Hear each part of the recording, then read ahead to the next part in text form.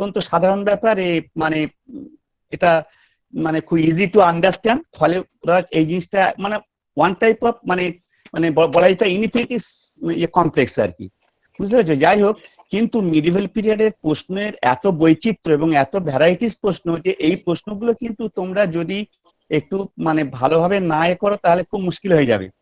আর আরেকটা কথা বলে দিচ্ছি যে মানে ইসলামিক খ্রিস্টান কালচারের মানে এই মিডিভেল পিরিয়ডের যে আমরা তো মোটামুটি সুলতানি পিরিয়ড থেকে আমাদের শুরু, সুলতানি পিরিয়ড থেকে মানে তোমার 1206 থেকে, কিন্তু প্রশ্ন কিন্তু 1206-এর আগে মানে অ্যাডভেন্ট অফ মুসলিম মানে মুসলিম আগ্রাসনের সময় থেকে কিন্তু এই চ্যাপ্টার থেকেও বেশ কিছু প্রশ্ন আসছে।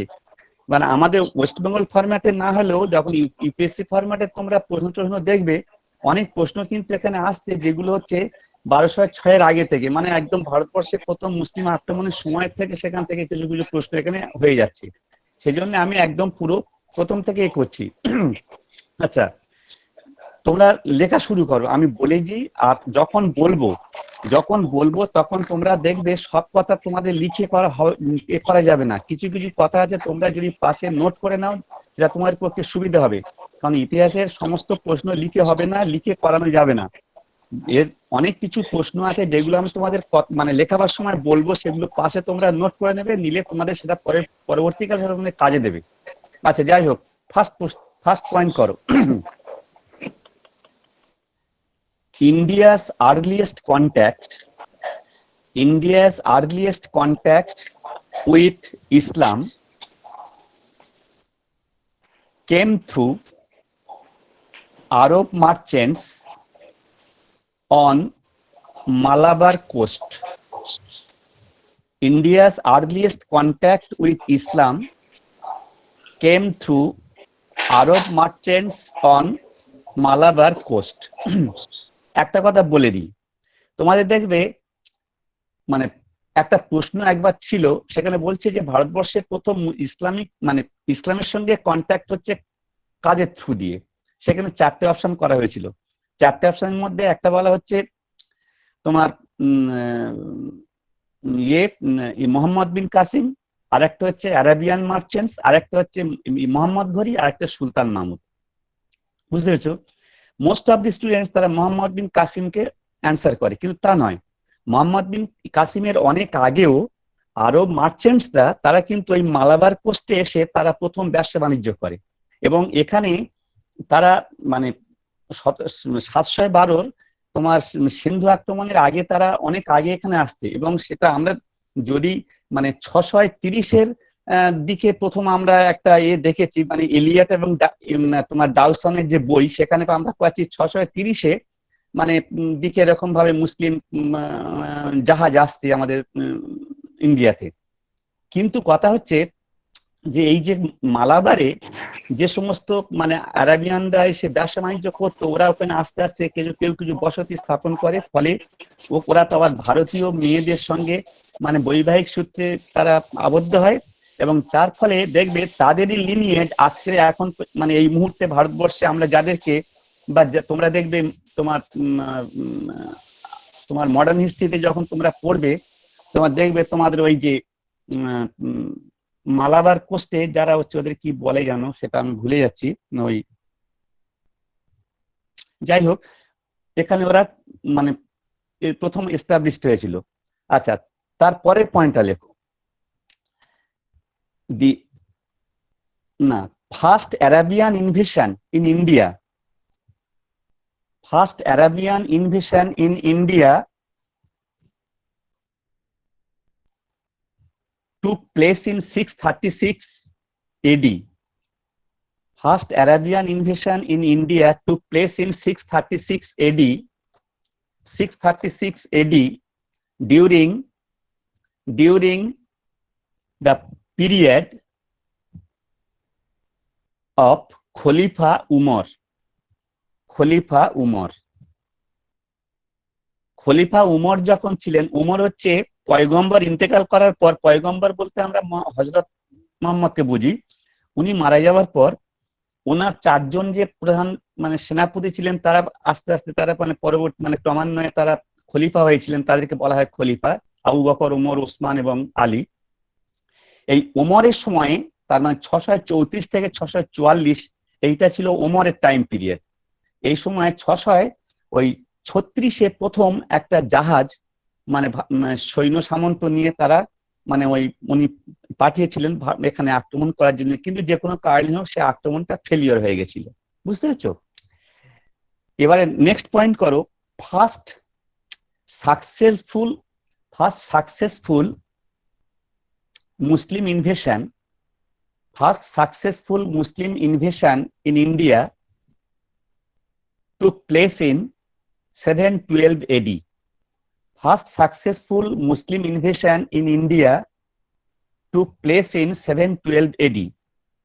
আচ্ছা, এখানে আমি সাকসেসফুল কথাটা লিখলাম, এই জন্য লিখলাম যে যেহেতু মানে দেখো তোমাদের মানে তোমরা যে লেভেল মানে ওয়েস্ট বেঙ্গল ফরম্যাটে যখন তোমরা পরীক্ষা দেবে তখন হয়তো এই 712 এটাকে ফার্স্ট বলছে, কিন্তু এইটাকে যখন তোমরা ইউপিএসসি ফরম্যাটের কোনো পরীক্ষায় প্রশ্ন যাবে সেখানে তোমার এই 712কে অপশন করার পরিবর্তে তারা যদি ওই 636কে অপশন করে, এটা একবার ওই 636কে অপশন করে একবার পরীক্ষায় প্রশ্ন এসেছিল, সেজন্য আমি ওটা করলাম, ওটা বলে দিলাম। কিন্তু অ্যাকচুয়ালি ভারতবর্ষের যে মানে প্রথম যে ইসলামিক ইনভেশন যেটা হয়েছিল অ্যারাবিয়ান মানে যে অ্যাগ্রেশন, সেটা হচ্ছে 712 খ্রিস্টাব্দে।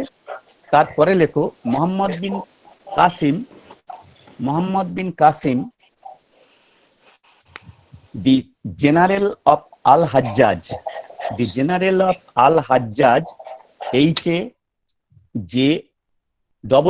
HAJAJ Al Hajjaj, comma the governor of Iraq under the Umayyad Khalifa al-Walid, A capital করো, al-Walid W capital করো, WALID, al-Walid 1 মানে ফার্স্ট প্রথম al-Walid ক্লাস 1 এর 1, কমা invaded Sindh and defeated Raja Dahir in the battle of Roar বা রাওয়ার, in the battle of Roar, ROAR, R capital করো, অথবা or RAWAR, রাওয়ার or রোর। এই এই এই যেটা লেখালাম এর মধ্যে কিন্তু 3-4টে প্রশ্ন থেকে যাচ্ছে।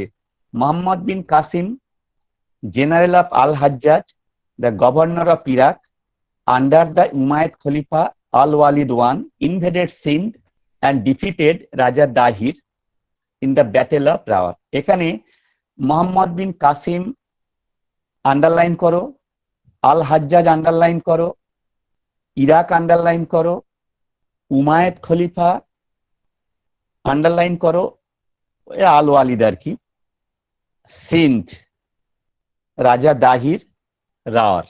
স্যার লাস্ট লাইনটা কি একবার রিপিট করা যাবে? হ্যাঁ, Muhammad bin Qasim the general of Al Hajjaj, the governor, Muhammad bin Qasim comma দাও, তারপর লেখো the general of Al Hajjaj comma দাও, the governor of Iraq under the Umayyad khalifa Al Walid 1 comma দাও, invaded Sindh and defeated Raja Dahir in the battle of Rawar or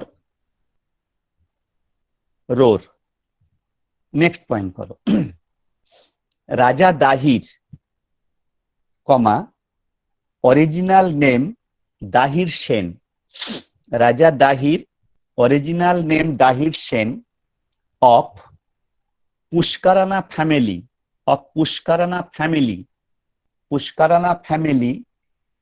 comma was the first Hindu martyr,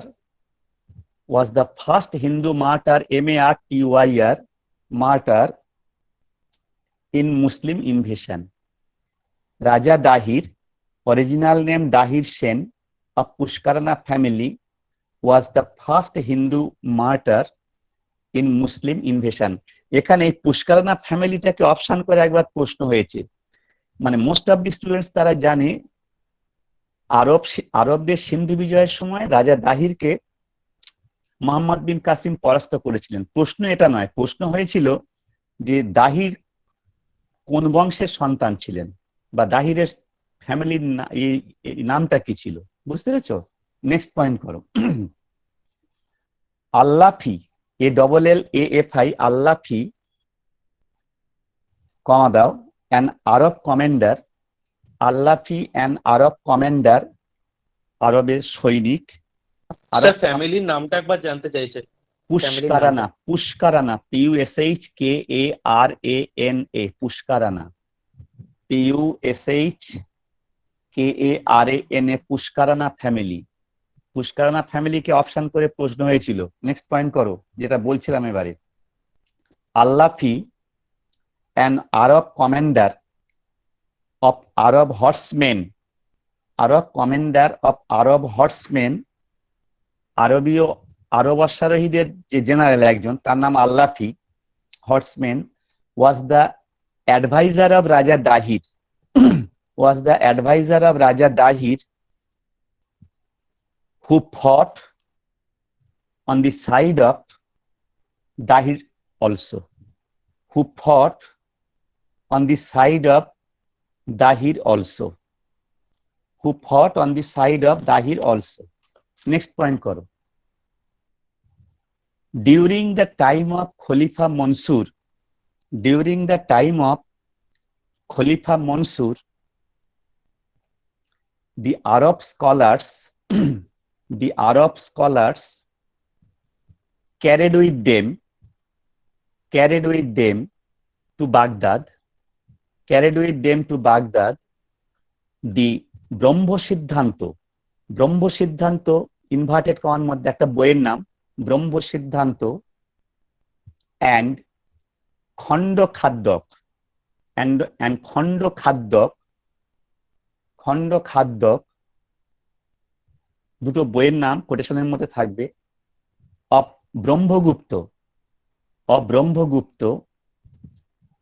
and those were translated into Arabic, those were translated into Arabic with the help of Indian scholars, and those were translated into Arabic with the help of Indian scholar. এই দুটো বই এখান থেকে নিয়ে গেছিল, নিয়ে তারা ভারতীয় পণ্ডিতদের সাহায্যে সেটা ওরা আরবি ভাষাতে রূপান্তরিত করেছিল, বুঝতে পেরেছ? নেক্সট পয়েন্ট করো। The earliest proof of Indo Arab intellectual contact, Indo-Arab intellectual contact was the Arabic translation of Brahmagupta's Brahmo Siddhanto, Brahmagupta apostrophe S, Brahmo Siddhanto, which came to be known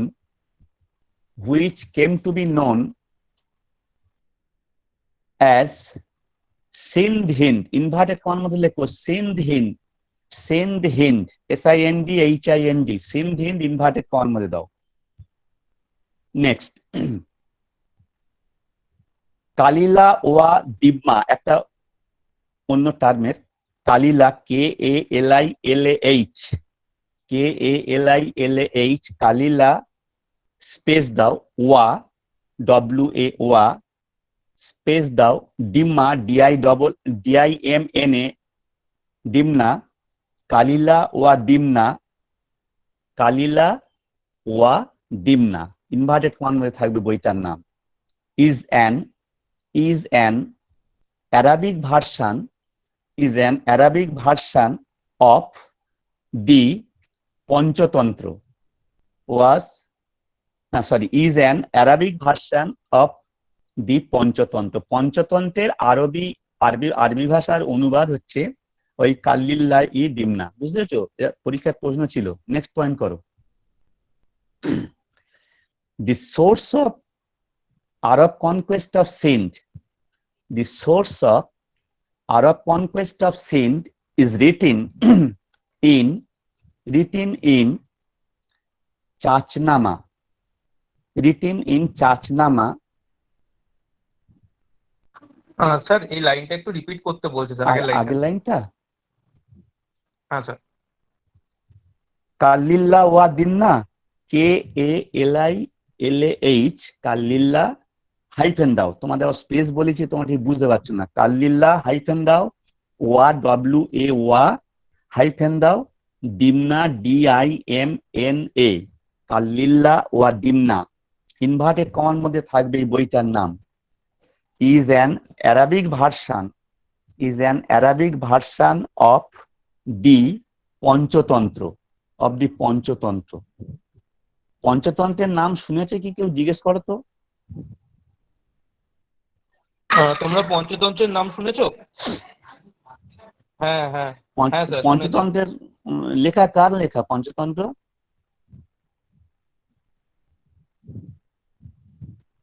আচ্ছা থাক, সে পরে বলা হবে, বিষ্ণু শর্মা। যাই হোক, এবারে লেখো, দি source of Arab conquest of Sindh, the source of Arab conquest of Sindh is written in Chachnama. চাচনামাটা ইনভার্টেড কমার মধ্যে দাও। Chachnama by an unknown Arabian. The source of Arab conquest of Sindh is written in Chachnama by an unknown Arabian. Next, Chachnama is also known as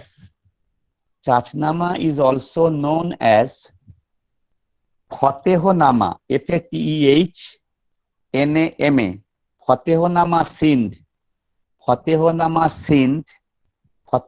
Sindh inverted কমার মধ্যে দাও। Fatehnama Sindh, full stop. During the reign of RIGN, reign মানে রাজত্বকাল, during the reign of Nasiruddin Kubacha, Chachnama was translated into Persian language. Chachnama was translated into Persian language by Abu Bakr Kufi,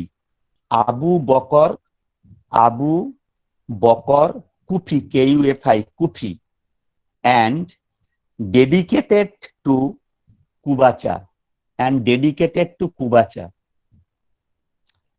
Nasiruddin Qubacha ছিলেন মানে মোহাম্মদ ঘুরির যতগুলো সেনাপতি ছিলেন তাদের মধ্যে নাসিরুদ্দিন কুবাচাও একজন ছিলেন। তাজউদ্দিন ইলদিজ, নাসিরুদ্দিন কুবাচা, কুতুবউদ্দিন আইবক আর ইখতিয়ারউদ্দিন মোহাম্মদ বিন বখতিয়ার, এরাই ছিলেন মানে মোহাম্মদ ঘুরির স্টলওয়ার্ড সমস্ত মিলিটারি জেনারেল, বুঝতে পেরেছো? এই কুবাচা একটা সময় মুলতানের অধিপতি ছিলেন। এই কুবাচা রাজত্বকালে এই চাচনামা বইটা পার্সি ভাষায় রচনা করে কুফি উৎসর্গ করেছিলেন কুবাচাকে। এটা পরীক্ষা দিয়েছিল একবার। নেক্সট পয়েন্ট করো। Another historical source of Arabian Sindh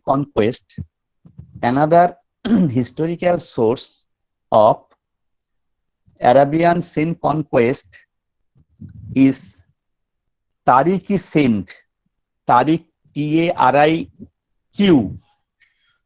Tariq-I-Sindh, SIND, inverted কমার মধ্যে থাকবে বইটার নাম। Another historical source of Arabian Sindh conquest is Tariq-i-Sindh, written by Mir Muhammad Masum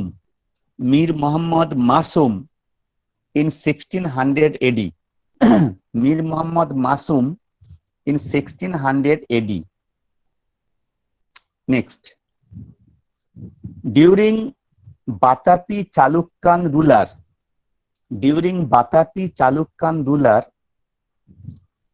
Vikramaditya II, during Batapi B capital Chalukyan C capital ruler Vikramaditya second, দ্বিতীয় বিক্রমাদিত্য, বাতাপি চালুক্য বংশের রাজা ছিলেন। দি আরব ইন্ট্রুডার্স the Arab intruders, INTRUDERS intruders মানে অনুপ্রবেশকারী, Arab intruders were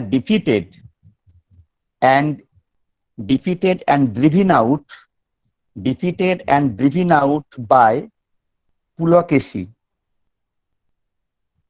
driven out by Pulokeshi, a Chalukyan governor of Navsari, NAVSARI, a Chalukyan governor of Navsari, Navsari in 738 AD.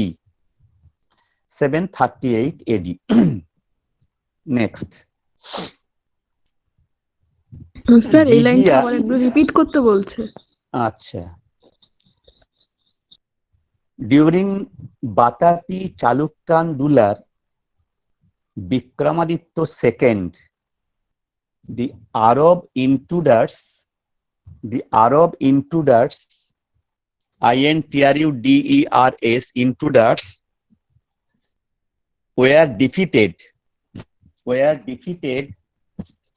were defeated and driven out by Pulokeshi, a Chalukyan governor of Navsari, NAVSARI, Navsari বা নাওসারি, ভির উচ্চারণ ওয়া হয়, NAVSARI, Navsari in 738 AD. Next.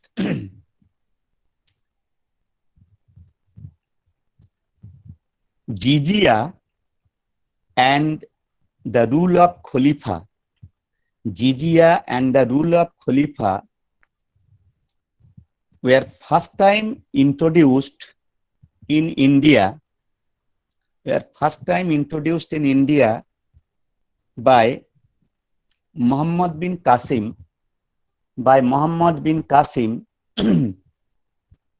in 712 AD. Jizya and the rule of Khalifa were first time introduced in India in 712 AD by Muhammad bin Qasim. ওখানে hyphen দিয়ে লিখে নাও, Qasim was the first Islamic ruler.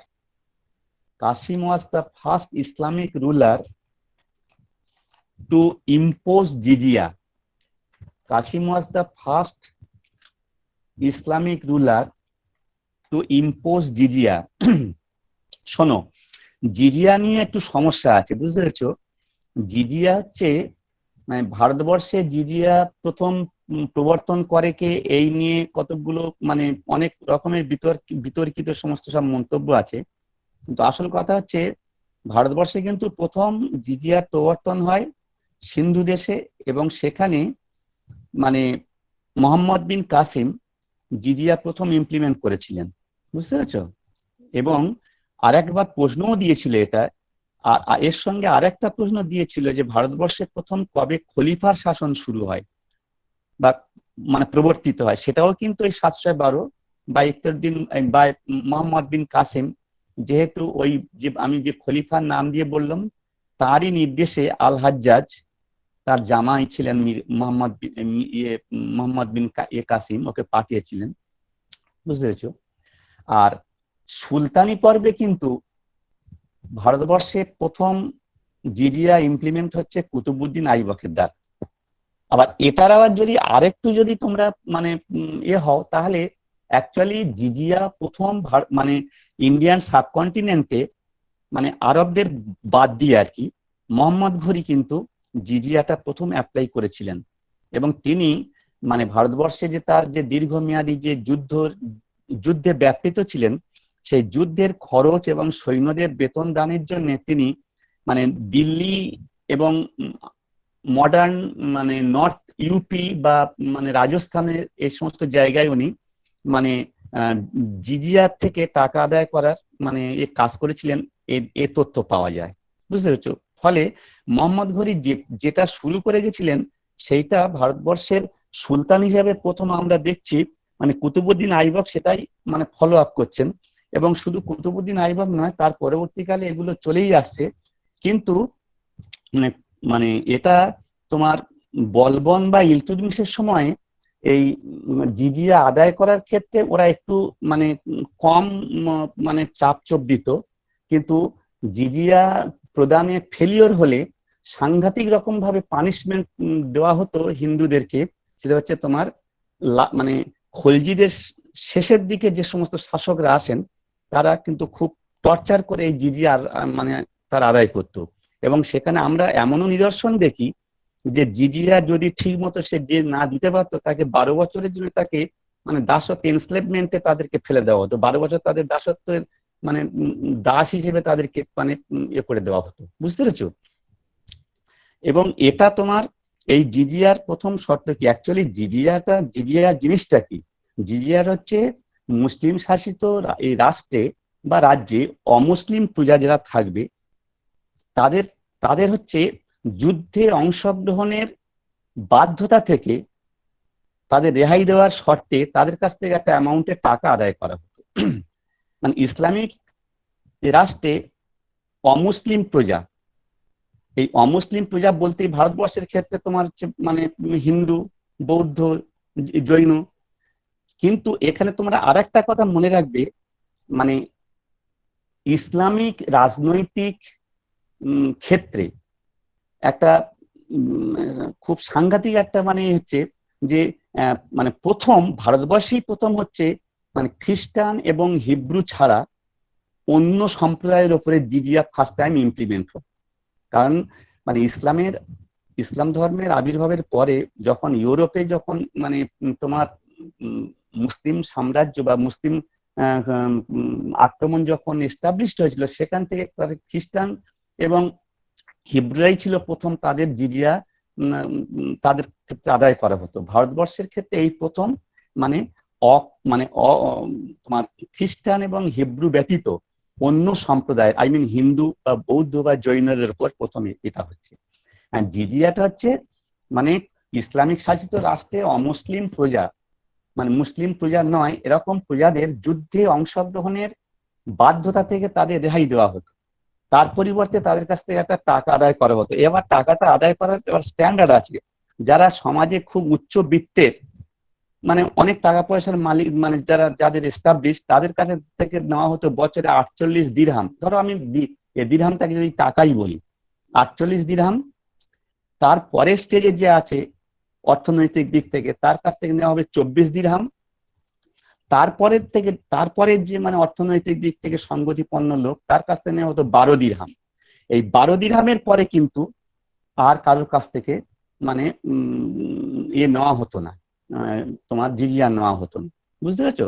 এবং এদেরকে actually Hindu মানে তোমার মানে অমুসলিম প্রজা হিসেবে এদের যুদ্ধে ইসলামিক কান্ট্রিতে each and every Muslim subject is bound to attend the battle till leave the state required, বুঝতে পেরেছো?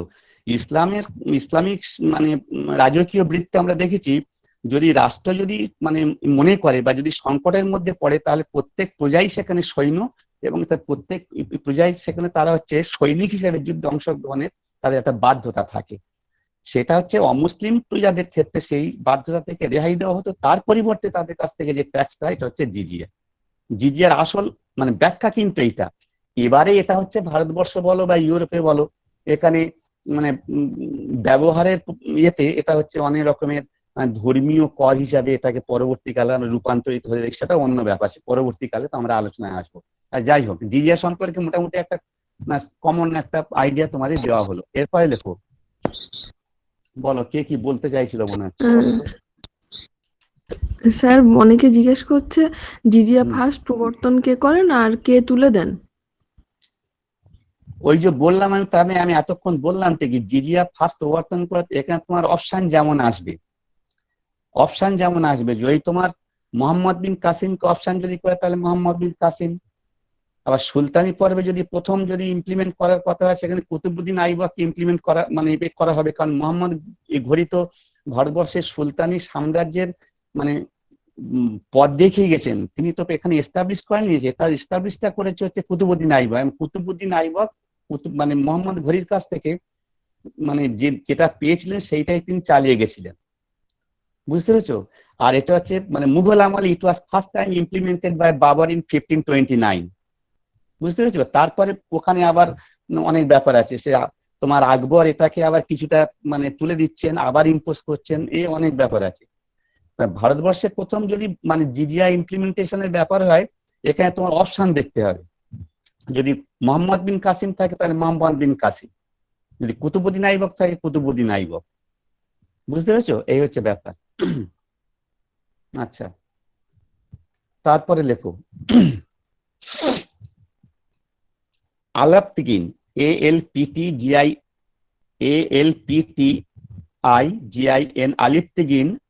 Aleptigin founded the kingdom of Ghazni. Aleptigin founded the kingdom of Ghazni, Ghazni, Ghazni, G capital koro, Ghazni, in 962 AD. In 962 AD.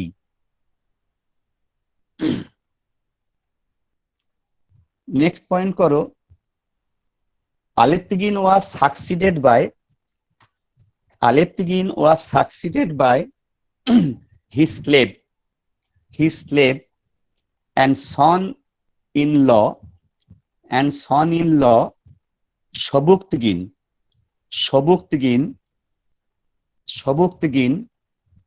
who became the ruler of Ghazni, in 977 AD. Who became the ruler of Ghazni in 977 AD. Next, the first Turkey invader of India. ভারতবর্ষের প্রথম তুর্কি আক্রমণকারী। এর আগে আমি যেটা বললাম আরব আক্রমণকারী, এবার হচ্ছে তুর্কি আক্রমণকারী। The first Turkey invader of India was Sabuktigin, SABUKTGIN, Sabuktigin, SABUKT এ করতে পারো বা এ না করলেও হবে, সবুকতগিন বা সবুকতগিন, in 986 or 987 AD. In 986 or 987 AD. When he was opposed by Shahi ruler Joypal.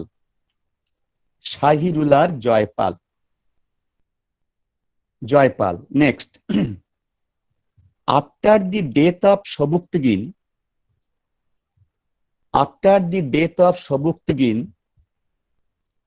in 997, his son Mahmud became the ruler of Ghazni.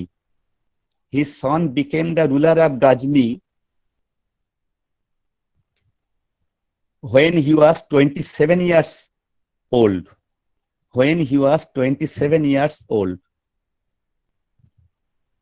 Next,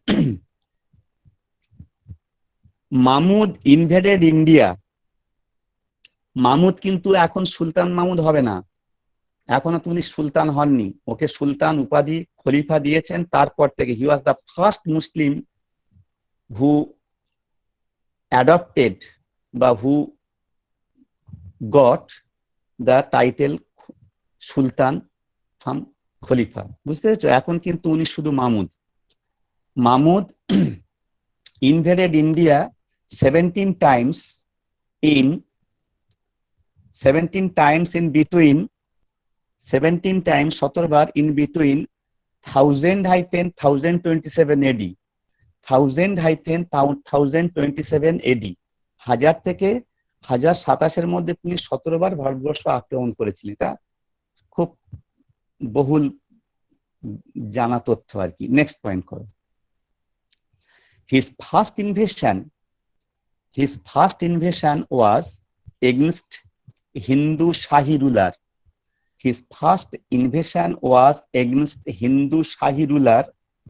Joypal, who was defeated in the Battle of Wai Hind in the Battle of Waihind, Waihind, Battle of Waihind in 1000 AD, in 1000 AD, in 1000 AD. দেখো এটা হচ্ছে খুব একটা জানা তথ্য এবং এটা বহুবার প্রশ্ন এসেছে, ছেলে মেয়েদের এ প্রশ্নের উত্তরে কোনো অসুবিধা হয় না। কিন্তু প্রশ্নটা দেওয়া হয় যে সুলতান মাহমুদের 17 বার ভারত আক্রমণের শেষ আক্রমণটা কাদের বিরুদ্ধে হয়েছিল, বুঝতে পেরেছো?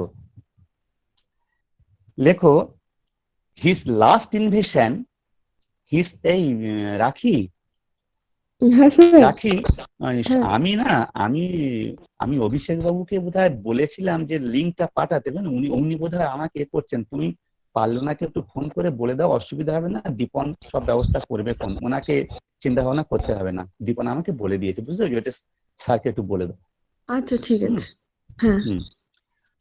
His last invasion against the his last invasion against the Jats, জাট, এরা হচ্ছে খোক্কর বলেও অনেক বইতে লেখা আছে, খোক্কর জাট উপজাতি, খোক্কর বা জাটস, who attacked the army of Mahmud, who attacked the army of Mahmud while going to Ghazni, while going to Ghazni after plundering Somnath temple, while going to Ghazni after plundering Somnath temple. বুঝেছো? সোমনাথ লুণ্ঠন করার পর গজনি যখন মানে মামুদ যখন সৈন্যবাহিনী নিয়ে গজনিতে ফিরছে, তখন এই মানে তোমার জাটরা ছিল, জাটরা হচ্ছে মানে খুব প্রতিবন্ধকতা সৃষ্টি করে, তাই জন্যে মানে এবং মানে সুলতান মাহমুদের সৈন্যবাহিনীর একটা বিশাল অংশ এই জাটদের কাছে মানে নিহত হয়েছিল। মানে সেই প্রতিশোধ স্পৃহা ওনার মানে এমন একটা এসে গেল যে 1027 আবার ওনার আসতে হলো এবং শেষবারের মতো এদেরকে মোকাবিলা করার জন্য। It was the last Indian invasion, বুঝতে পেরেছো? মনে রাখবে এগুলো। বলছে লাস্ট ইনভেশনের লাইনটা একবার বলতে।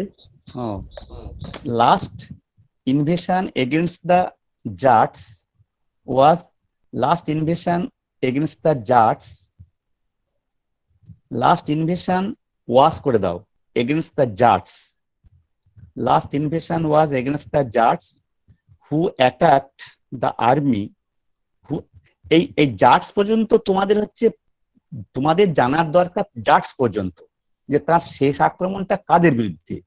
আমি এটা পাশে লিখে দিলাম এই জন্যে যে এইটুকু লেখার কারণ হচ্ছে এইটা পড়লে তোমাদের জিনিসটা তথ্যটা তোমাদের মনে থাকবে, সেই জন্য ওখানে আমি অ্যাড করে দিচ্ছি who attacked the army of Mahmud, who attacked the army of Mahmud while going to Ghazni, while going to Ghazni after plundering Somnath temple, while going to Ghazni after plundering Somnath temple. এইটা তোমাদের দেখানো অন্যরা কেউ লেখাবে না, আমি এটা লিখে দিলাম কারণ এটা লিখেলে তোমাদের একটা জিনিসটা মনে থাকবে, বুঝতে পেরেছো? নেক্সট পয়েন্ট করো।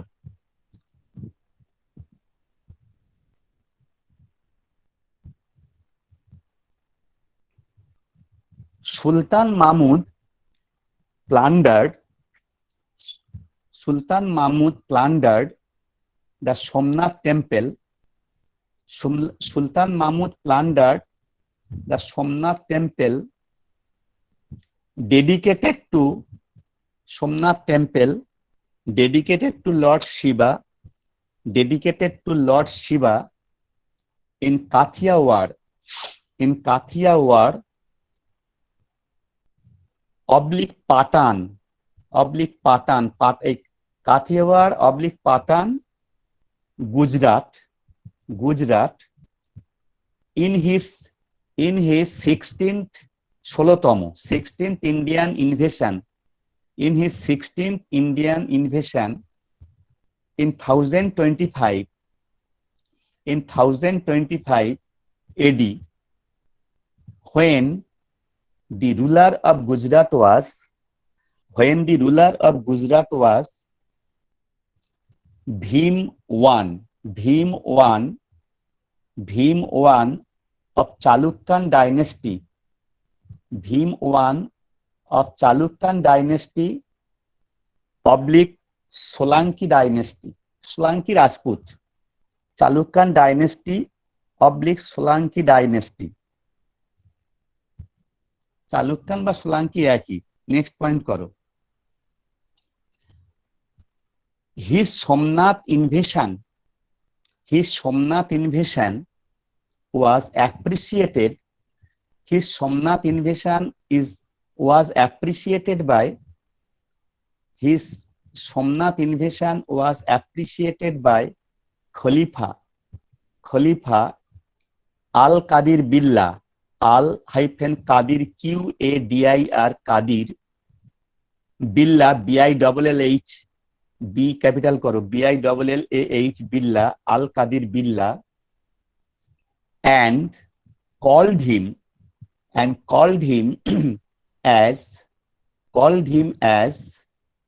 inverted comma মধ্যে লেখো the star of Islamic world, the star of Islamic world, the star of Islamic world।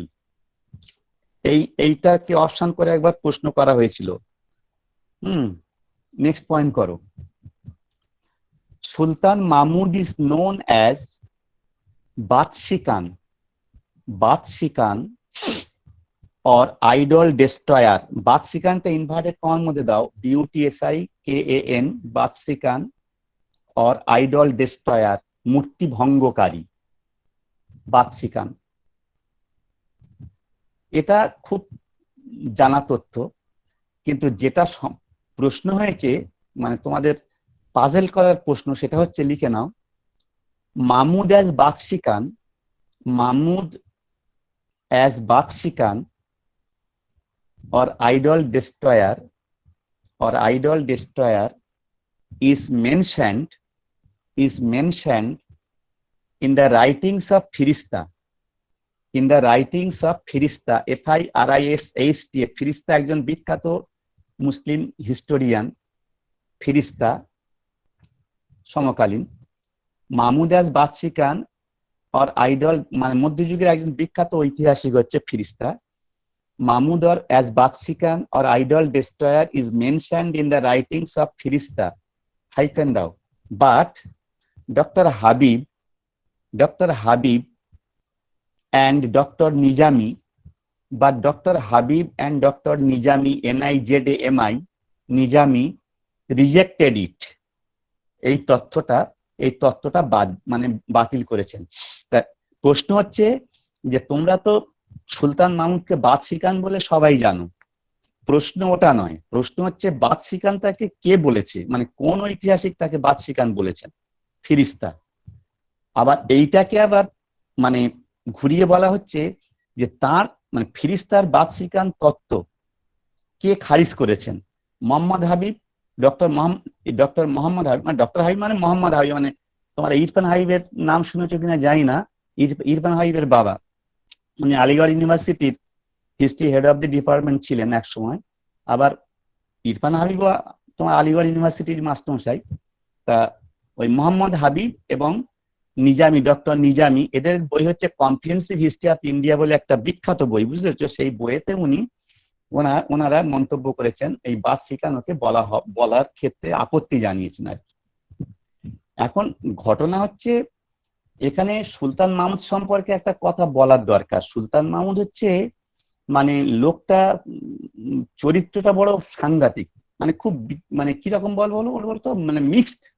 মানে এই লোকটার মধ্যে মানে হ্যাঁ মানে প্রথম কথা হচ্ছে তাকে তুমি ধনালোভী বলতে পারো, কিন্তু ধর্মান্ধ বলতে পারবে না, বুঝতে পেরেছো? মানে সুলতান মাহমুদ একটার পর একটা আক্রমণ করেছে ভারতবর্ষে, জাস্ট টু অ্যাকোয়ার অ্যাজ মানে যথাসম্ভব সম্পদ আহরণের জন্য তিনি ভারতবর্ষ আক্রমণ করছেন। এখানে কোনো রাজত্ব স্থাপন করার বা রাজ্য বিস্তার মানে কোনো সাম্রাজ্য স্থাপন করার কোনো অভিলাষ তার ছিল না, যেটা মোহাম্মদ ঘুরির ক্ষেত্রে আমরা পাচ্ছি, বুঝতে পেরেছো? সুলতান মাহমুদের ইচ্ছা হচ্ছে তুমি যেখান থেকে পারো তুমি টাকা আদায় করো, এর জন্য তিনি একটার পর একটা সময় তিনি ভারতবর্ষ আক্রমণ করছেন।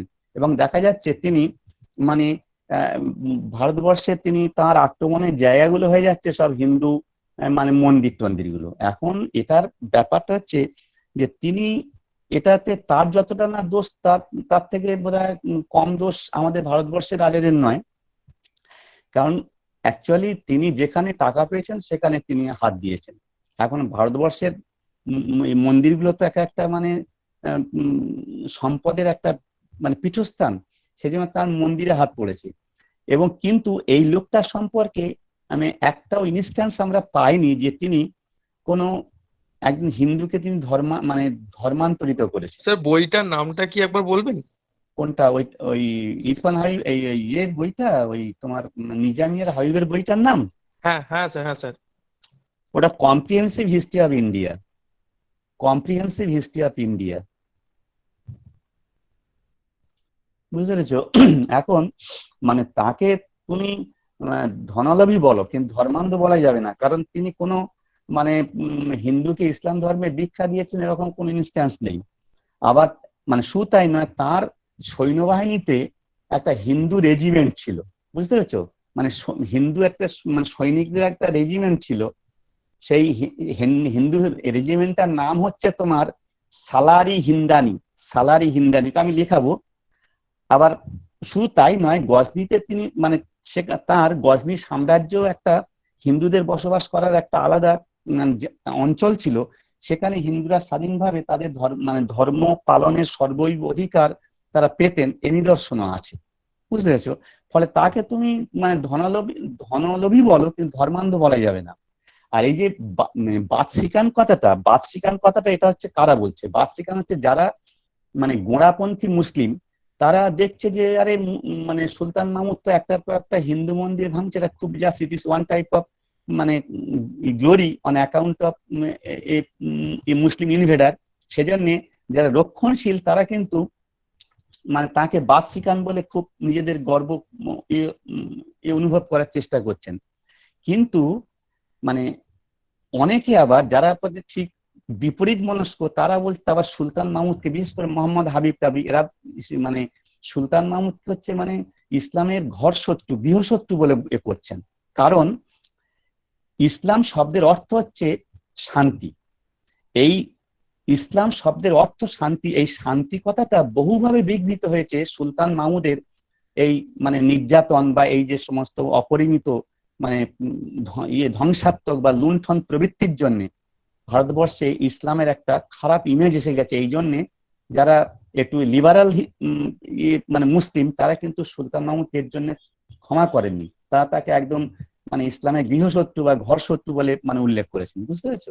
আচ্ছা ঠিক আছে। আবার এই লোকটাকে তুমি মানে আমি বলছিলাম যে তার চরিত্রের বড় অদ্ভুত ব্যাপার, তিনি একদিকে মানে পার্শ্বিক সংস্কৃতির একটা বিখ্যাত পৃষ্ঠপোষক, আবার তার মানে অন্যদিকে ব্যাপারটা তার মধ্যে মানে মধ্যযুগীয় বর্বরতার চরম নিদর্শন। মধ্যযুগীয় বর্বরতা মানে ওই যে মানে মানে নির্বিচারে ভারতবর্ষ আক্রমণ এবং সেখানে ধ্বংসাত্মক তার কার্যাবলী, এটা তার মধ্যযুগীয় বর্বরতার একটা নিদর্শন। আবার এই মানুষটাই আবার যখন দেখি তিনি গজনিতে তিনি ইউনিভার্সিটি বানাচ্ছেন, তিনি লাইব্রেরি বানাচ্ছেন, এবং মানে তার যে রাজসভাটা একটা মানে কি বলবো মানে স্টলওয়ার্ট তোমার এডুকেশনিস্টদের একটা আগ্রা। আমরা তো ভারতবর্ষের ক্ষেত্রে কি দেখি, বিক্রমাদিত্যের রাজসভায় নবরত্ন, আকবরের রাজসভায় তোমার নবরত্ন, বুঝতে পেরেছো? ও কৃষ্ণদেবের রাজসভায় অষ্টদিগ্গজ, ও লক্ষণ সেনের রাজসভায় পঞ্চরত্ন, আর সুলতান মাহমুদের এই রাজসভায় বলা হয় 400 stalwart educationist always adorn the court of Sultan Mahmud. 400।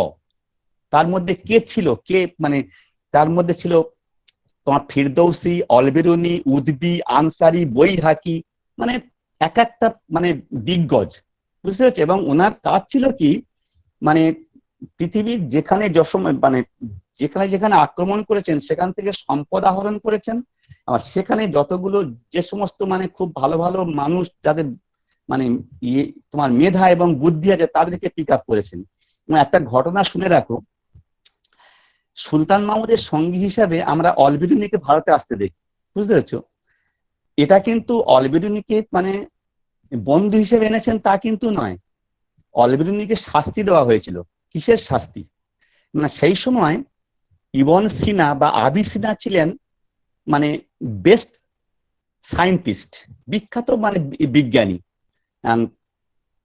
Mahmud চেয়েছিলেন যে আবিসিনা তার রাজদরবারে অংশগ্রহণ করুন, এবং আবিসিনা ছিলেন অলবেরুনির খুব ক্লোজ ফ্রেন্ড, বুঝতে পারছো?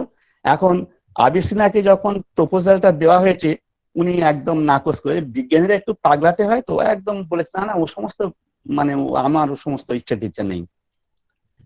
অলবেরুনিকে বলা হলো তুমি ওকে কনভিন্স করো, তোমার বন্ধু। অলবেরুনি পারেনি। অলবেরুনি পারেনি মানে আবিসিনাকে তো পালিয়ে পালিয়ে বেড়াতে হয়েছে, আর অলবেরুনিকে শাস্তি দেওয়া হলো। তাকে প্রথমে হচ্ছে মানে কারারুদ্ধ করা হলো, পরে সুলতান মাহমুদ বললো ঠিক আছে তুমি তুমি চলো, তোমাকে শাস্তি স্বরূপ তুমি আমার সঙ্গে ভারতবর্ষে চলো, তোমাকে আমি আমার সঙ্গে তুমি আমার ভারত অভিযানে তুমি আমাকে সঙ্গ দিতে হবে। It is one type of punishment imposed on a Alberuni, যে তিনি ওনার মানে ভারত আক্রমণের সঙ্গী হতে বাধ্য হয়েছিলেন, বুঝতে পারছো? পিকুলিয়ার টাইপের মানে স্বভাব এগুলো, বুঝতে পারছো? আচ্ছা, তারপরে লিখে নাও। কোশ্চেন করেছে বলবো? হ্যাঁ বলো বলো বলো। বলছে স্যার রক্ত পিপাসু কি সেই কারণেই বলেছে? রক্ত পিপাসু সুলতান মাহমুদকে কে বলেছে? কে বলছে কথাটা? অরুণ দেবনাথ বলছে। ওকে জিজ্ঞেস করো তো কথাটা কোথা থেকে পেয়েছে। এটা এরকম তো অরুণ কথা কোথা আমি থেকে শুনিনি। পেয়েছো? এটা অরুণ কোথা থেকে পেয়েছো? একটু কমেন্ট করো।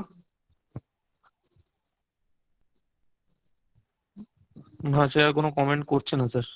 দেখো বাবা, রক্ত পিপাসু তুমি হচ্ছে মানে যদি আদি মধ্যযুগের ভারতবর্ষের এতে পার্সপেক্টিভে যদি করো, সেটা হচ্ছে তোমাকে মানে মোহাম্মদ বিন তুগলককে বলা হচ্ছে রক্ত পিপাসু।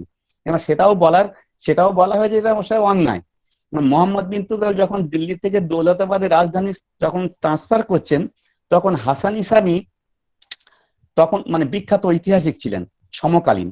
হাসান ইসামির মানে ঠাকুরদাদাকে ওই তোমার ইয়েতে দেবগিরিতে নিয়ে যাওয়ার সময় ওই তিলাপত বলে একটা জায়গায় তিনি দেহান্ত, তার মানে তিনি মানে ইন্তেকাল করেছিলেন, মারা গেছিলেন, বুঝতে পেরেছো?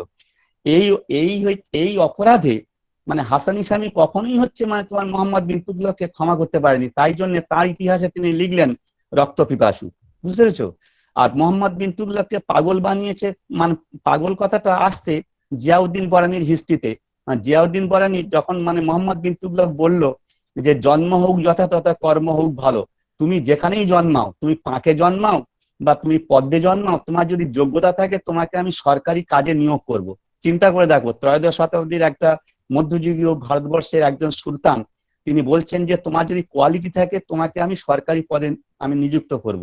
জিয়াউদ্দিন বরানি বললেন যে সুলতান তুমি এসব কি কথা বলছো, রাজকীয় পদ তো একমাত্র পাবে যাদের রক্ত নীল, মানে নীল রক্ত বা নীল রক্ত মানে সব মানুষের তো রক্ত নীল হয় না, যারা অভিজাত তাদেরকে বলা হয় নীল রক্তবান।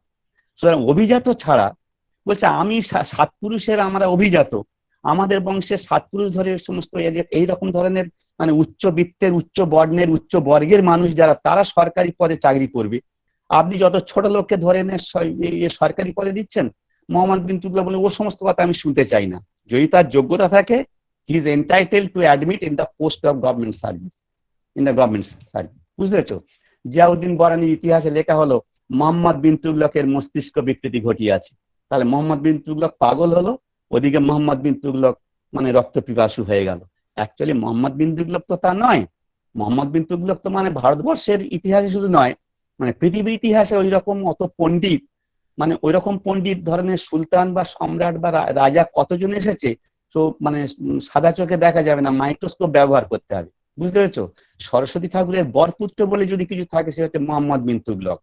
শিক্ষা, সাহিত্য, দর্শন, কলা, জ্যোতিষশাস্ত্র, জ্যোতির্বিজ্ঞান, অঙ্কশাস্ত্র, হস্তলিপি বিদ্যা, never stood second, always stood first, বুঝতে পারছো? এই হচ্ছে মোহাম্মদ বিন তুগলক। তো সুতরাং ও সমস্ত পরিণাম, তুমি রক্ত পিপাসু কথাটা যেটা বললে, সুলতান মাহমুদের ক্ষেত্রে রক্ত পিপাসু কথাটা বাবা আমি শুনিনি। যদি কোথাও পেয়ে থাকো আমাকে বলো, আমি তাহলে একটু দেখে শুনে রাখবো, বুঝতে পেরেছো? আচ্ছা নাও চলো এবারে লেখো।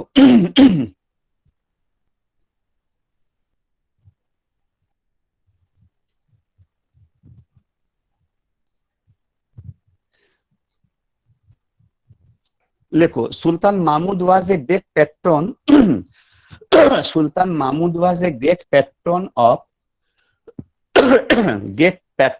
art and letters, art and letters, art and letters, ছোট্ট হাইফেন দাও, a large number of great intellectuals, a large number of great intellectuals, large number of great intellectuals, comma, poets, poets and artists flocked, F-L-O-C-K-E-D, flocked, F-L-O-C-K-E-D, flocked to his court, flocked to his court. Sultan Mahmud was a great patron of art and letters. A large number of great intellectuals, poets and artists flocked to his court. Firdausi, Al-Biruni, Firdausi, comma, Al-Biruni, comma, Utbi, comma, UTBI, Utbi, comma, Faruqi, comma, Faruqi, Boihaqi, Ansari and others were patronized by him. Others were patronized by him. Next, Firdausi,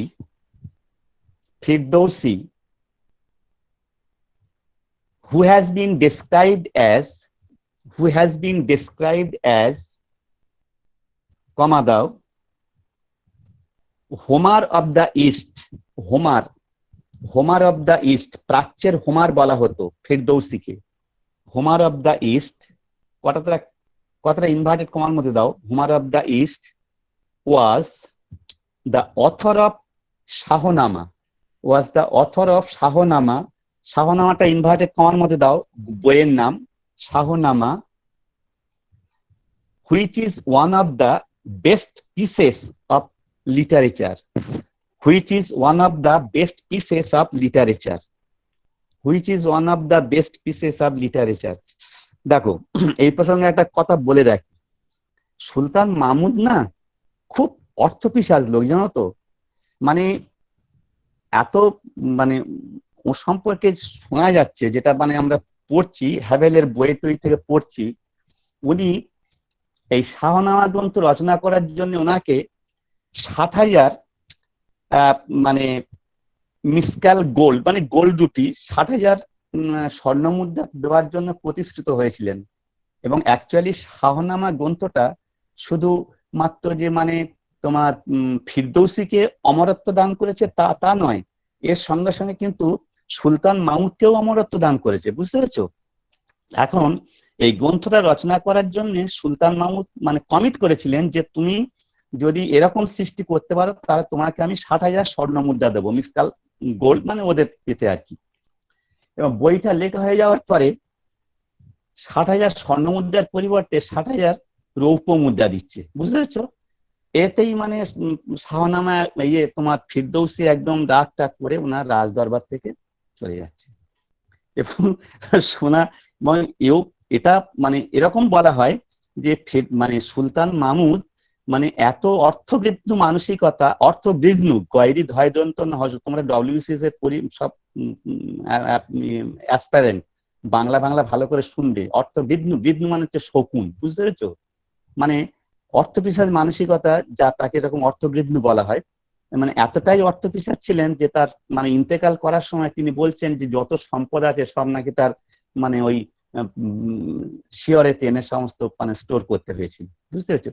সমস্ত প্রবাদ কি জানি না, কিন্তু এইসব কথাগুলো রটে, মানে এরকম মানসিকতা। এখন শাহনামাকে যে ডেসক্রাইব করার এটা ছিল, এটাও মানে সেই সূত্রেই আর কি বলা হচ্ছে। আচ্ছা, তারপরে লেখো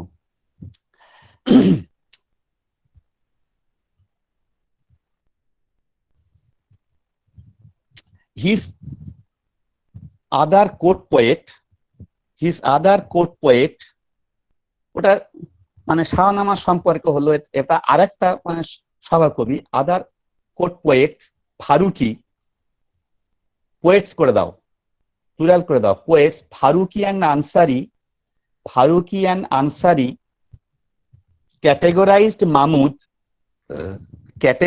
Mahmud such a world shaker, such a world shaker, SHAKERS, world shaker মানে পৃথিবী বিধ্বস্তকারী আর কি, world shaker as Attila and Genghis Khan, as Attila and Genghis Khan. বুঝতে পেরেছো? মানে অ্যাটিলা এবং চেঙ্গিস খানের নৃশংসতার সঙ্গে ফারুকি এবং আনসারি সুলতান মাহমুদের নৃশংসতাকে মানে মানে তোমার কম্পেয়ার করছে। চেঙ্গিস খান নাম নিশ্চয়ই তোমরা জানো। চেঙ্গিস খান বিশেষণ হচ্ছে মানব জাতির মড়ক বিশ্বত্রাস চেঙ্গিস খান। বুঝতে পেরেছো? 1221 প্রথম মঙ্গল নেতা তিনি ইলতুৎমিশের রাজত্বকালে ভারতবর্ষ আক্রমণ করছেন।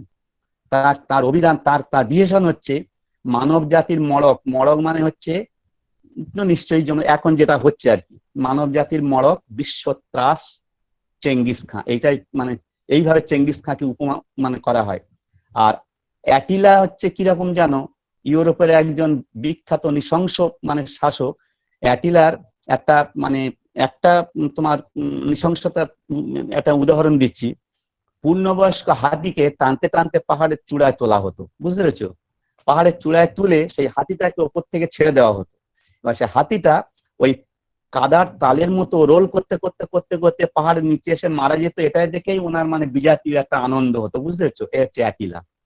তা এইরকম যাদের নৃশংসতা, সুলতান মাহমুদের এই সভাকবি আনসারি এবং ফারুকি তাকে সেই রকম পর্যায়ে ফেলে দিচ্ছে। কারণ সুলতান মাহমুদের চরিত্র হচ্ছে একদম মিক্সড কালচার, মানে তোমার মিক্সড ক্যারেক্টার। বুঝতে পেরেছো? আচ্ছা, তারপরে লেখো আবিসিনার কথাটা তোমরা মনে রাখবো, ওটা তোমাদের লেখাবো না। আবিসিনা বা ইবন সিনা বিখ্যাত বৈজ্ঞানিক, যাকে তিনি চেয়েছিলেন, যিনি আসেননি, তাকে মানে তিনি খুব মানে ভয়ে তিনি সে পালিয়ে গেছিলেন। আচ্ছা, তারপরে দেখো Al-Biruni accompanied Sultan Mahmud Al-Biruni accompanied Sultan মাহমুদ's Indian aggression. Al-Biruni accompanied Sultan Mahmud's Indian aggression in 1017 সুলতান মাহমুদের 1017 খ্রিস্টাব্দের ভারত আক্রমণের সঙ্গী হতে হয়েছিল তোমার অলবিরুনিকে। হয়েছে?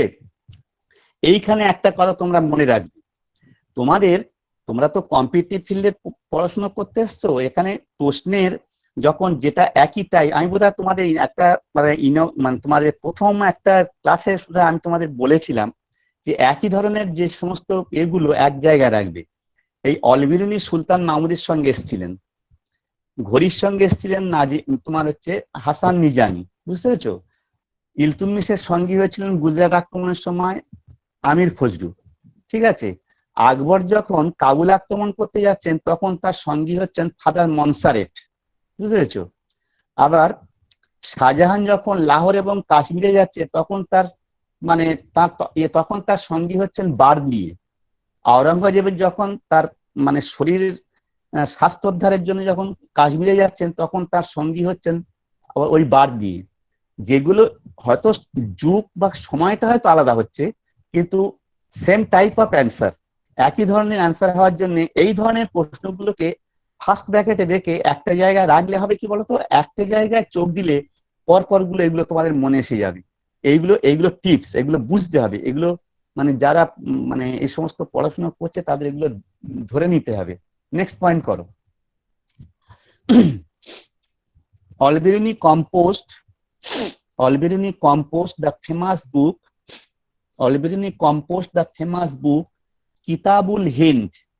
Al-Biruni composed famous book Kitab-ul Hind, QITAB, Kitab -ul -Hind, HIND, Hind, Kitab-ul Hind. Al-Biruni composed the famous book Kitab-ul Hind. এটা প্রশ্ন নয়, প্রশ্ন হচ্ছে এই কিতাবুল হিন্দটা অনুবাদ করেছিলেন কে ইংরেজি ভার্সানে। ওখানে হাইফেন দিয়ে লিখে নাও, translated into English by E.C. Sachan, E.C. Sachan, SSCHAN, E.C. Sachan, হয়েছে? আচ্ছা, বৈহাকি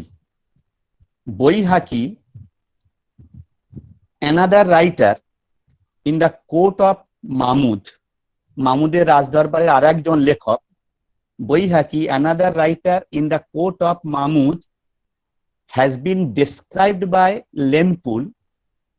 Another writer in the court of Mahmud has been described by Lenpool, L capital L-A-N-E, Len hyphen দাও P-O-O-L-E, Lenpool বিখ্যাত ঐতিহাসিক একজন। Lane-Poole মানে বৈহাকি কে কিভাবে মানে ব্যাখ্যা করছেন Lane-Poole. বৈহাকি another writer in the court of Mahmud has been described by Lenpool as the, তোমার ইনভার্টেড কমার মধ্যে লেখো, the oriental mister Pepys, oriental O capital করো, oriental mister Pepys, mister M capital করো আর dot mister Pepys P capital করো, PEPYS, mister Pepys, Samuel Pepys. এইটা একটা পরীক্ষার প্রশ্ন দিয়েছিল, বুঝতে পেরেছো? মিস্টার পেপি হিসেবে বৈহাকিকে লেনপুল ব্যাখ্যা করছে, নেট পরীক্ষা দিয়েছিল প্রশ্ন। এই মিস্টার পেপি কে? মিস্টার পেপি হচ্ছে তোমার ইংল্যান্ডের রাজা সেকেন্ড চার্লস এবং সেকেন্ড জেমসের রাজত্বকালে উনি ছিলেন একজন পার্লামেন্টেরিয়ান, বুঝতে পেরেছো? তা ওনার মানে ডায়েরিটা ছিল বিখ্যাত ডায়েরি, বুঝতে পেরেছো? 1660 থেকে 1659 খ্রিস্টাব্দে ইংল্যান্ডের যতগুলো ঘটনা ঘটেছে তার মধ্যে তোমার প্লেগের ঘটনা আছে, রেস্টোরেশনের ইতিহাস আছে। যদি তোমাদের এখানে অনার্সের কেউ মানে স্টুডেন্ট থেকে থাকো সে জানবে ইংল্যান্ডের রেস্টোরেশন একটা খুব ইম্পর্টেন্ট অধ্যায় ছিল, এই রেস্টোরেশনের ইতিহাস, তারপর ডাচ যুদ্ধের ইতিহাস, বুঝতে পেরেছো?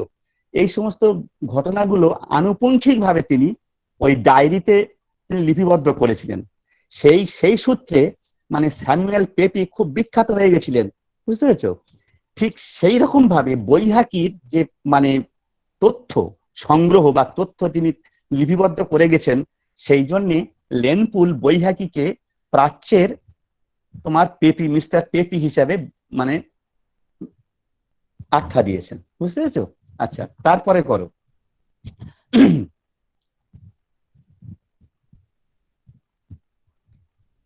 বৈহাকি রোট তারিকি সবুক্তগিন। বৈহাকির লেখা বইয়ের নাম Tarikh-i Subuktigin, Tarikh-i Subuktigin, Tarikh-i Subuktigin. Next, Utbi, UTBI, Utbi, the court historian of Sultan Mahmud, the court historian of Sultan Mahmud, the court historian of Sultan Mahmud wrote Kitab-ul-Yamini, Kitab-ul-Yamini, Kitab-ul-Yamini, YAMINI, Yamini, YAMINI। Yamini হচ্ছে ইয়ামিনী বংশ, সুলতান মাহমুদ যে বংশের ছেলে সেই বংশের নাম হচ্ছে ইয়ামিনী, বুঝেছো? ইয়ামিনী বংশ, ওই ইয়ামিনী বংশের সম্পর্কে লিখতে গিয়ে তার ওই বইটা হচ্ছে কিতাবুল ইয়ামিনী, বুঝতে পেরেছো? Next point, Utbi described Mahmud's invasion of India. Utbi described Mahmud's invasion of India. Utbi described Mahmud's invasion of India as holy war. Holy war in কথাটা ইনভার্টেড কমার মধ্যে দাও, H ক্যাপিটাল করো, HOLY, holy war, W capital করো, holy war oblique jihad, holy war oblique jihad. Next point, Abbasid Khalifa Al-Qadir Billah, Abbasid Khalifa Al-Qadir Billah gave Mahmud the title Sultan, gave Mahmud the title Sultan hyphen, সুলতান থেকে inverted comma দাও, সুলতান hyphen না, সুলতান কথাটা inverted কমার মধ্যে দাও, কমা দাও, দিয়ে আরেকটা লেখো Yamin ud Daulah Yamin YAMIN, Yamin hyphen ud hyphen Daulah DAULAH, Yamin ud Daulah, and Amin ul Millat, and Amin ul Millat, Amin ul Millat, Amin ul Millat in the year 999, 999 AD, 999 AD. Next, Mahmud was the first Muslim ruler. Mahmud was the first Muslim ruler to hold the title Sultan. Mahmud was the first Muslim ruler to hold the title Sultan.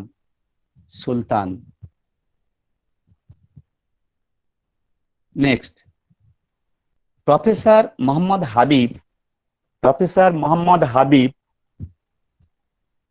remarked that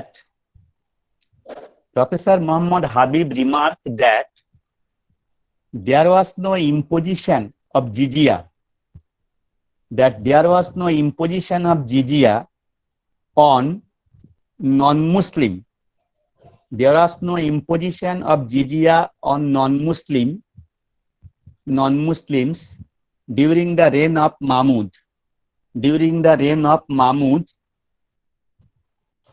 nor any mention of forced conversion,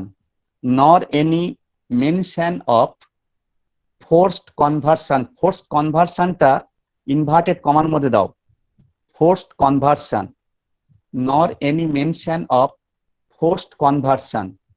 ঠিক আছে, একদম মানে আমি reference ধরে ধরে এখানে লেখাচ্ছি, ও সমস্ত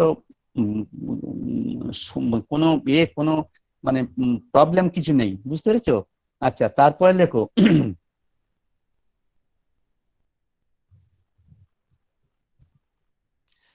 Sultan Mahmud was perhaps the first Muslim ruler. Sultan Mahmud was perhaps the first Muslim ruler who engraved Sanskrit translation of Kalma,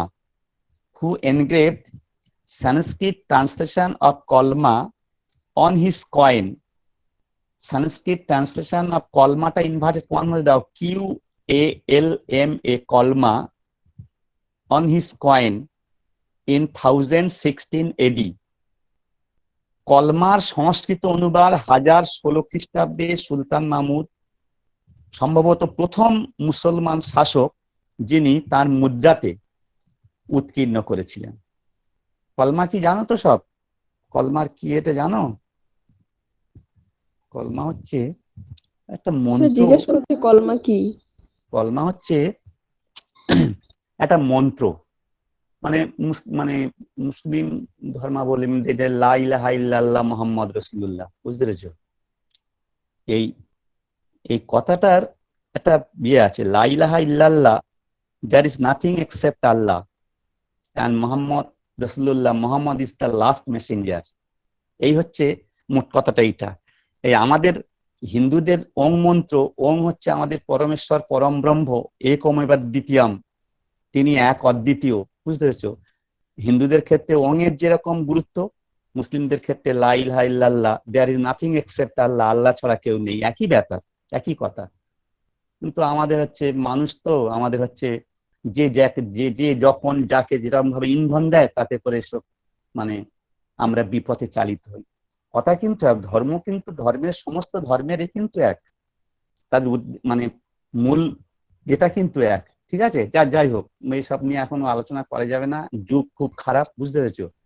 এখন তো যে যুগের মধ্যে বসবাস করছি, এখন তো মানে নিরবিচ্ছিন্ন ভাবে সত্যি কথা বলাটাই তো এখন খুব খারাপ হয়ে যাবে। এখন ইতিহাসে আমাদের পড়ানো হচ্ছে যে Rana Pratap was not defeated by Akbar in Haldighat, বুঝতে পেরেছো? বরং এইভাবে রাজস্থানের ইতিহাসে লেখানো হচ্ছে যে Akbar was defeated by Rana Pratap. Distortion of history শুরু হয়ে গেছে, কিচ্ছু করার নেই বাবা। ভারতবর্ষের ইতিহাসের যে মানে সূত্র যেটা আমাদের সত্যিকারের যেটা, সেটা এখন জানি না কতদূর কি হবে, এটা লেট দ্য ম্যাটার স্টপ, ওসে নিয়ে বেশি আলোচনা করার দরকার নেই। স্যার ওই ওটা লাস্ট বেকারই হতো। লাইনটা সুলতান মাহমুদ পারহ্যাপস ওই লাইনটা আরেকবার বলতে হ্যাঁ, বলছে। Sultan Mahmud perhaps the first Muslim ruler, Sultan Mahmud was perhaps the first Muslim ruler who engraved বা depicted, যে কোনো একটা লিখলে হবে, engraved ENGRAVED করতে পারো বা DPICTED করতে পারো, depicted বা engraved উৎকীর্ণ করা, engraved Sanskrit translation of Kolma, Sanskrit translation of Kolma on his coin in 10 বা 1016 AD, 1016 AD হয়েছে। আচ্ছা, এবারে লেখো the credit for the foundation of Muslim empire, the credit for the foundation of Muslim empire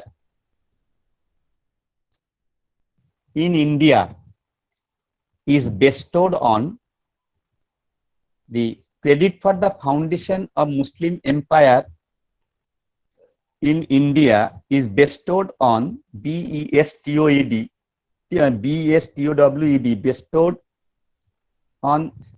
bestowed on Shihabuddin, SHIHABUDDIN,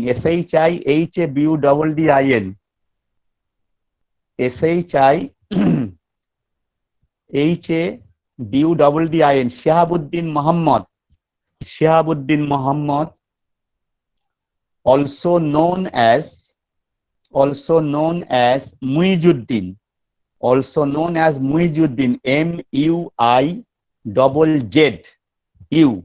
MUIZZUDDIN, Muizuddin, MUIZZUDDIN, Muizuddin Muhammad bin Sam, Muizuddin space দাও Muhammad space দাও bin space দাও Sam, SAM, Muizuddin Muhammad bin Sam, কমা দিয়ে লেখো popularly known as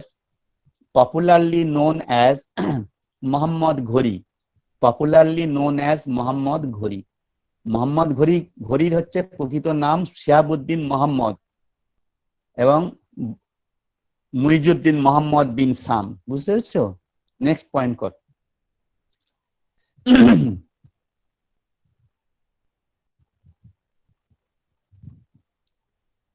Mohammad ঘড়ি invaded many times between 1175 to 1206, 1175 to 1206 in India, and laid the foundation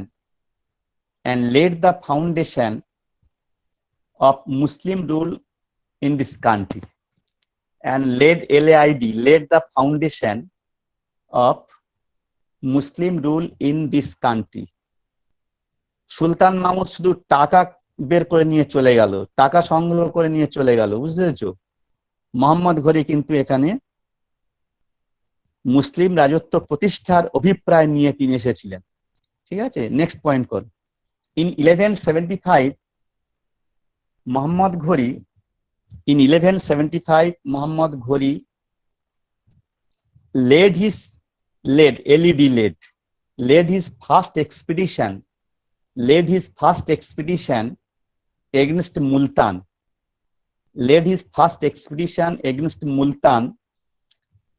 which was largely successful.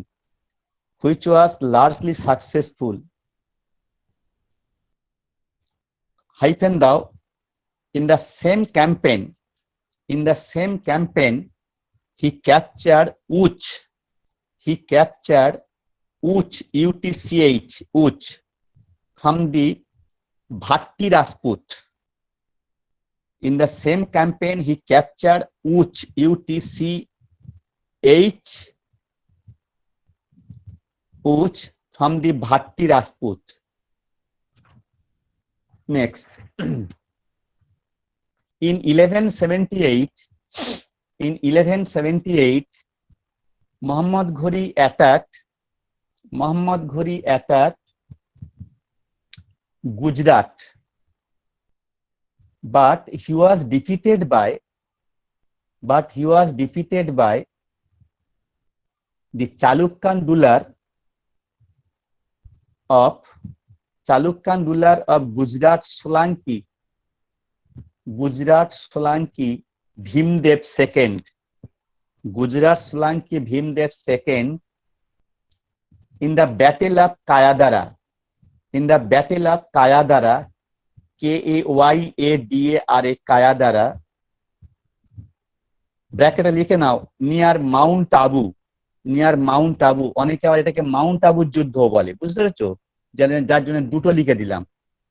কায়াদারা near Mount Abu, ওই দিন bracket করে দাও, oblique করে দাও, battle of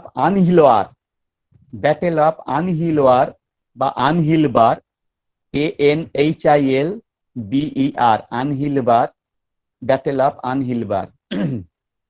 next, Prithviraj Chauhan করে দাও, পৃথ্বীরাজ থার। ও চৌহান তো তোমরা জানো, ব্র্যাকেটে চৌহান করে দাও, ওটা চৌহান বংশীয় নরপতি, ঠিক আছে? পৃথ্বীরাজ থার defeated the invading army of Muhammad Ghori,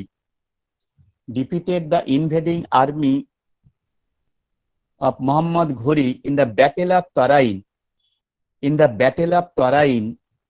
near Thaneshwar.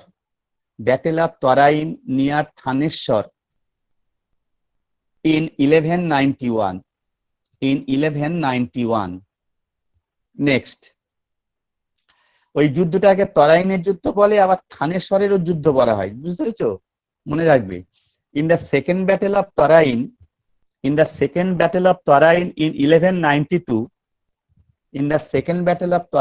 in 1192, Prithviraj was defeated and captured and executed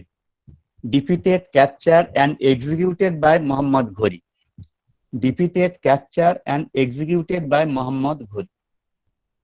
Next, in 1194 AD,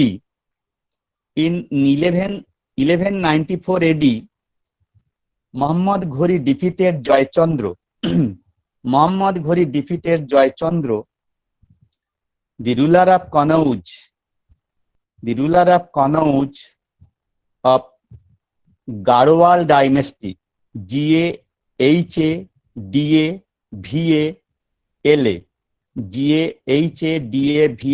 Garhwal dynasty in the Battle of Chandwar.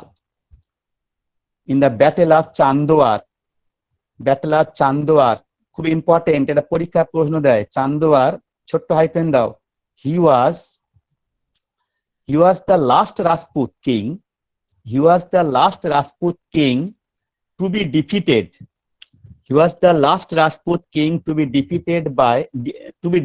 And killed by Muhammad Ghori. He was the last Rajput king to be defeated and killed by Muhammad Ghori. ব্যাপারটা হচ্ছে কি জানো, এই মুসলমান আক্রমণকালে ভারতবর্ষের রাজারা, এদের কিন্তু সৈন্য সামন্ত অনেক বেশি ছিল, কিন্তু তারা পরাস্ত হয়েছে। এত মানে নিজেদের মধ্যে এত খেয়োখেড়ি, এটাই তো ভারতবর্ষের সব থেকে বড় ট্র্যাডিশন না? এইটার জন্যই তো 1947 পূর্ব চিরকাল ভারতবর্ষ বিদেশিদের দ্বারা বিজিত, বুঝতে পেরেছো? তোমার পাশের ঘরের লোকটাই তোমার সব থেকে বড় সমালোচক, এখনো এই ট্র্যাডিশন চলছে, বুঝতে পেরেছো? যাই হোক, এখন পৃথ্বীরাজ চৌহান 1191 তরাইনের প্রথম যুদ্ধে মোহাম্মদ ঘুরিকে পরাস্ত করলেন। রাজপুতদের একটা রোগ আছে, এরা একটা যুদ্ধে জয়লাভ করার পরে মানে শত্রুকে আর পশ্চাৎ ধাবন করে না। ওরা ভাবলো যে ও পালিয়ে গেছে, মানে আমি মানে পৃথিবীর সব থেকে বড় কাজটা করে ফেলেছি বলে, তখন মানে আমরা আল্লাহদের সব মেতে থাকি, বুঝতে পেরেছো? এদিকে মোহাম্মদ ঘুরি ফিরে আসছে। এখন দ্বিতীয় তরাইনের যুদ্ধে যখন অতর্কিত যখন মানে পৃথ্বীরাজের কাছে অতর্কিত মনে হলো, তখন তিনি ওই জয়চন্দ্রের কাছে মানে এই কনৌজের জয়চন্দ্রের কাছে সাহায্য চাইলেন। জয়চন্দ্র তো মানে ওনাকে সাহায্য করলেন না, কারণ বললো যে না, তোমাকে সাহায্য করা যাবে না, কারণ তুমি আমার মেয়েকে ইলোপ করে বিয়ে করেছো। মানে পৃথ্বীরাজের স্ত্রী সংযুক্তা ছিলেন জয়চন্দ্রের মেয়ে, বুঝতে পেরেছো? তুমি আমার মেয়েকে তুমি মানে তুলে নিয়ে গিয়ে বিয়ে করেছো, সমাজে আমার সম্মানহানি হয়েছে, তোমাকে হেল্প করা যাবে না, বুঝতে পেরেছো? পৃথ্বীরাজ শেষ হয়ে গেল। কিন্তু জয়চন্দ্র একবার ভেবেও দেখলো না যে সেম মানে একই ঘটনা তার ক্ষেত্রে হবে। যখন জয়চন্দ্রের সঙ্গে যখন চান্দুয়ারের যুদ্ধ হচ্ছে, তখন চান্দুয়ারের যুদ্ধের সময় জয়চন্দ্র আর কাউকে পেল না, বুঝতে পেরেছো? এই হচ্ছে ব্যাপার। তাই জন্যে তোমাদের প্রশ্ন থাকে যে ভারতবর্ষে মুসলিম রাজত্ব প্রতিষ্ঠার ক্ষেত্রে মানে উল্লেখযোগ্য যুদ্ধ কোনটা। সেখানে তরাইনের দ্বিতীয় যুদ্ধ বা তরাইনের যুদ্ধকে অপশন না করে চান্দুয়ারের যুদ্ধকে অপশন করে প্রশ্ন হচ্ছে, বুঝতে পারছো? সেই জন্য আমি এটা লিখে দিলাম, মনে রাখবে, ওখানে লিখে নাও, এইভাবে লিখে নাও। স্যার ওই 1194 মোহাম্মদ ঘুরি ডিফিটেড ওই লাইনটা আরেকবার বলে দিন। In 1194 মোহাম্মদ ঘুরি defeated জয়চন্দ্র। In 1194 মোহাম্মদ ঘুরি defeated Jaychand, the ruler of Kanauj, the ruler of Kanauj of the Garhwal dynasty, ruler of Kanauj of the Garhwal dynasty in the battle of Chandwar, in the battle of Chandwar, ছোট্ট hyphen দাও, he was the last Rajput king to be defeated. He was the last Rajput king to be defeated and killed by Ghori. He was the last Rajput king to be defeated and killed by Ghori. Next point karo, the Battle of Tarain, the Battle of Tarain in 1192, the Battle of Tarain in 1192 and the Battle of Chandwar in 1194. Battle of Tarain in 1192 and Battle of Chandwar in 1194 laid the foundation of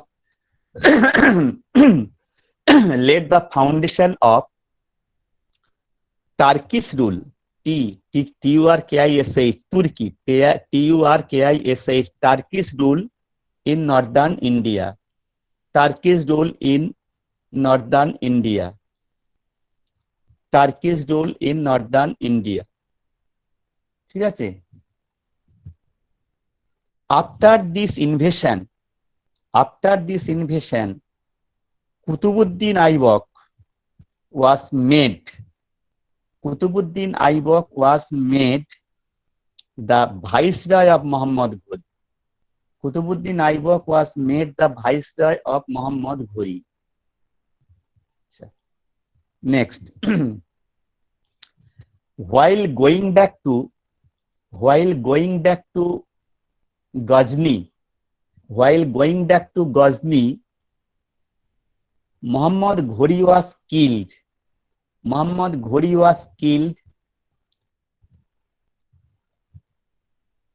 In 1206 by someone near Dhamiak, Dhamyak, Dhamiak district of Jhilam,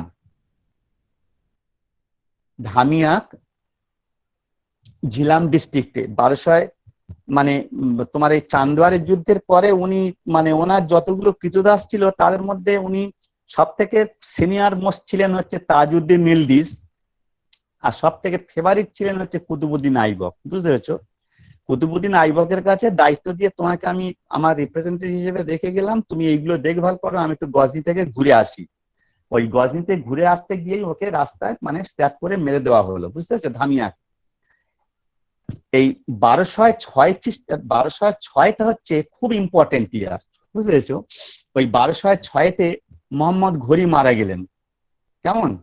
আবার 1206-তে তোমার ইখতিয়ারউদ্দিন মোহাম্মদ বিন বখতিয়ার, মোহাম্মদ ঘুরি আরেকজন মানে কৃতদাস general সৈনিক, তিনিও সেনাপতি ছিলেন, উনি তো আবার আরেক মহাজন, মানে মোহাম্মদ ঘুরির সঙ্গে তিনি ইন্ডিয়ান সাবকন্টিনেন্টে এসেছিলেন, কিন্তু উনি ট্র্যাক চেঞ্জ করে রাজমহলের মধ্যে থেকে বিহার হয়ে বাংলা মুলুকে চলে এলেন। লক্ষণ সেনকে বের করে দিয়ে উনি বাংলা মুলুকে মানে বসে গেলেন, বুঝতে পেরেছো? এই ইখতিয়ারউদ্দিন মোহাম্মদ বিন বখতিয়ার ওই 1206 সালে মারা যাচ্ছে, বুঝতে পেরেছো? আবার লক্ষণ সেন তিনিও মারা যাচ্ছেন 1206 খ্রিস্টাব্দে, বুঝতে পেরেছো? আর ওই 1206 খ্রিস্টাব্দে দিল্লি সুলতানির পতন হচ্ছে, পতন নয়, পত্তন আর প্রতিষ্ঠা হচ্ছে। 1206 is very important year in the history of medieval India, বুঝলে? এটা মনে রাখবি। আচ্ছা, এবারে লেখো। স্যার, হ্যাঁ স্যার হ্যাঁ। বলছি আমাদের নেক্সট একটা ক্লাস আছে স্যার, আমাদের একটু স্টপ ও করতে হবে। সরি, হ্যাঁ হ্যাঁ হ্যাঁ, ভুলে গেছি, সরি। ঠিক আছে বাবা। একটুখানি অ্যাডমিন একটু রেকর্ডটা স্টপ করবে প্লিজ। হুম। হ্যাঁ করছি। তোমাদের নেক্সট ক্লাসের লিংক যাদের যাদের আছে তারা তারা পেয়ে গেছে তোমাদের গ্রুপে, ঠিক আছে?